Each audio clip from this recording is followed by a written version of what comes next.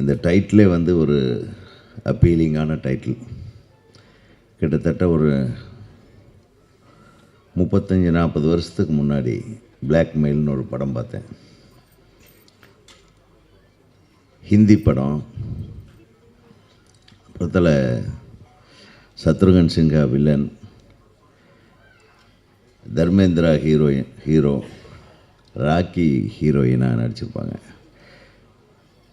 என்னடா பிளாக்மெயில்னு ஒரு படத்தில் இப்படி ஒரு டைட்டில் வச்சுருக்காங்களேன்னு அந்த காலத்துலேயே நான் வந்து கல்லூரி நாட்கள் இப்போது நான் படிக்கும்போது படம் பார்த்தம்போது எனக்கு ரொம்ப பிடிச்சது.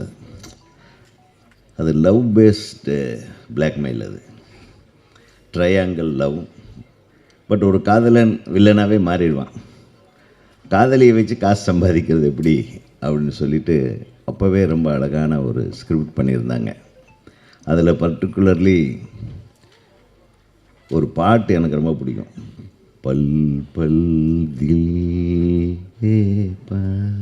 துமரேகி அப்படின்னு ஒரு பாட்டு. அந்த படத்தோட ஈர்ப்பு இந்த டைட்டிலில் நான் பார்த்தேன். இந்த படத்தோட இயக்குனர் மாறன் வந்து மிகச்சிறப்பாக ஒவ்வொரு ஷாட்டுமே ரொம்ப அழகாக எடுத்திருக்காங்க. அவருக்கு ஒரு மிகப்பெரிய கைத்தட்டல். And cameraman also has cooperated to the core. ஏன்னா அந்த இரவு நேர காட்சிகள், அந்த எமோஷன்ஸு எல்லாமே வந்து அந்த ஷாட்லேயும் சரி, அந்த லைட்டிங்லேயும் சரி பிரமாதமாக கொண்டு வந்திருக்காங்க. அந்த தொழில்நுட்ப கலைஞர்களுக்கு எனது மனமார்ந்த வாழ்த்துக்களை தெரிவித்துக் கொள்கிறேன். அதுக்கப்புறம் ஹீரோயின் உட்காந்துருக்காங்க. அவங்க வந்து எக்ஸ்ட்ராடினரி பர்ஃபார்மன்ஸ். அவங்க நிறைய படங்கள் நான் பார்த்துருக்கேன்.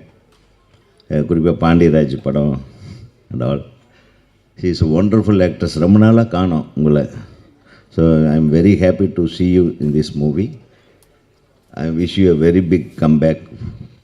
அப்புறம் ஜிவி பற்றி சொல்லணுமான்னா அது சொல்லிகிட்டே இருக்கலாம். சின்ன பிள்ளையிலேருந்து எனக்கு தெரியும். நான் தான் முதல்ல எனக்கு மியூசிக் பண்ணணுன்னு கூப்பிட்டேன் அவங்க அப்பா மூலமாக. அப்போ அவன் சின்ன பையனே அப்படின்ட்டார் அவர். ஸோ அவர் மியூசிக் இந்த படத்துக்கு பண்ணலைன்னாலும் பர்ஃபார்மன்ஸ் வந்து மிகப்பெரிய லெவலில் பண்ணியிருக்காரு. என்ன சட்டில் ஆக்டிங். அப்பா ஐ எம் வெரி வெரி ஹாப்பி. ஏன்னா ஜிவியோட திறமை வந்து ஒரு வித்தியாசமான திறமை. ஒரு மிகச்சிறந்த இசையமைப்பாளர். இசையில் எல்லா விதமான கர்நாடிக்கு, ஹிந்துஸ்தானி எல்லாமே படித்தவர். சின்ன வயசிலிருந்தே அந்த இன்வால்மெண்ட், ஆர்வம். நான் அடிக்கடி சொல்கிறது, இளையராஜாவுக்கு அடுத்தது ஒரு அருமையான இசையமைப்பாளர்னால் அது ஜிவி பிரகாஷ் தான். இது மேடைக்காக சொல்லலை நான். அவரோட சாங்ஸ் அப்படி நிற்கும் அப்படியே முதல் படத்திலிருந்து. இது வந்து நம்ம திரையுலகத்தில் இவரை பாதுகாக்கப்பட வேண்டிய ஒரு கலைஞன். அது மல்டி ஃபேசட்டட், மல்டி டேலண்டட் ஒரு பர்சனாலிட்டியாக நான் வந்து பார்க்குறேன். தயாரிப்பாளர்கள் வந்து எப்பவுமே வந்து ரொம்ப சோகமாக இருப்பாங்க படம் முடியும் போது. ஆனால் இந்த தயாரிப்பாளர் ரொம்ப என்டர்பிரைசிங்காக இருந்தார். I am very very happy. GV பிரகாஷால் ஒரு தயாரிப்பாளரை சந்தோஷமாக வச்சுக்க முடியும் அப்படின்னா இதை எல்லா நடிகர்களும் சிந்தித்து பார்க்க வேண்டிய ஒரு தருணம் இது. அதுக்காக பொசுக்குன்னு பேசின சம்பத்தை கொடுக்காம விட்டுறாதீங்க. அதெல்லாம் கரெக்டாக கொடுத்துடணும். கண்டிப்பான முறையில் ஆனர் பண்ணிடுறோம் sir. Okay okay confirmed GV.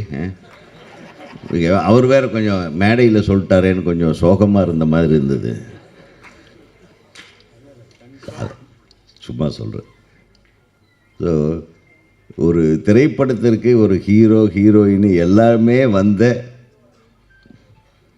ஒரு ஆடியோ ரிலீஸ் ஃபங்க்ஷன் ரொம்ப நாள் கழித்து இன்றைக்கி தான் நினைக்கிறேன். I am very very happy. தயாரிப்பாளர்களுக்கு மகிழ்ச்சி தரக்கூடிய விஷயமே கடைசி வரையிலும் நீங்கள் கூட இருந்தீங்கன்னாவே போதும் அப்படின்றது தான். ஒரு திரைப்படத்தின் வெற்றி அந்த படத்தோட பாடல் வெளியீட்டு விழாவில் பொதுமக்களோடு சேர்ந்து நடிகர் நடிகைகள் எல்லாரும் அமர்ந்து அந்த திரைப்படத்தை பற்றி பேசி அந்த திரைப்படத்தின் பாடல் வெளியீட்டு அல்லது ட்ரெய்லர் வெளியீட்டில் கலந்து கொள்வது தான் இப்போ ரொம்ப நடக்காத ஒரு விஷயம். அதை நடத்தி காட்டிய உங்களுக்கெல்லாம் எனது மனமார்ந்த நன்றியை நான் தெரிவித்துக் கொள்கிறேன். இந்த பாட்டு சாம் சிஎஸ் வந்திருக்காரா? பா, எந்த ஊருப்பா நீ? அதான்டா நம்ம தேனியா? சூப்பர்.